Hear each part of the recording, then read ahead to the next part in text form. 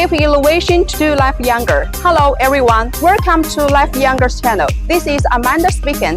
Today, I would like to introduce our commercial battery energy storage system, System-iFreezer. Here we go. First, let's look at the appearance of this large item. This product utilizes the solid metal materials with matte spray painting. It features modern design with sleek and elegant appearance. System-iFreezer is a commercial battery energy storage system for outdoors. The battery capacity is around 250 kilowatts with a 100 kilowatts power conversion system. Also, it is supporting liquid cooling.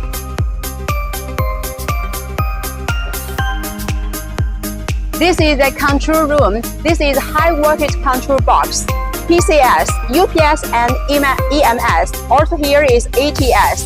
Also electric meter, and at the bottom is the isolation transformer. The total capacity of the lithium-ion battery pack is 215 kilowatts. This is the fire extinguisher. With alarm restrict the fire extinguisher with activity automatically. The black pipe here is a liquid cold pipe.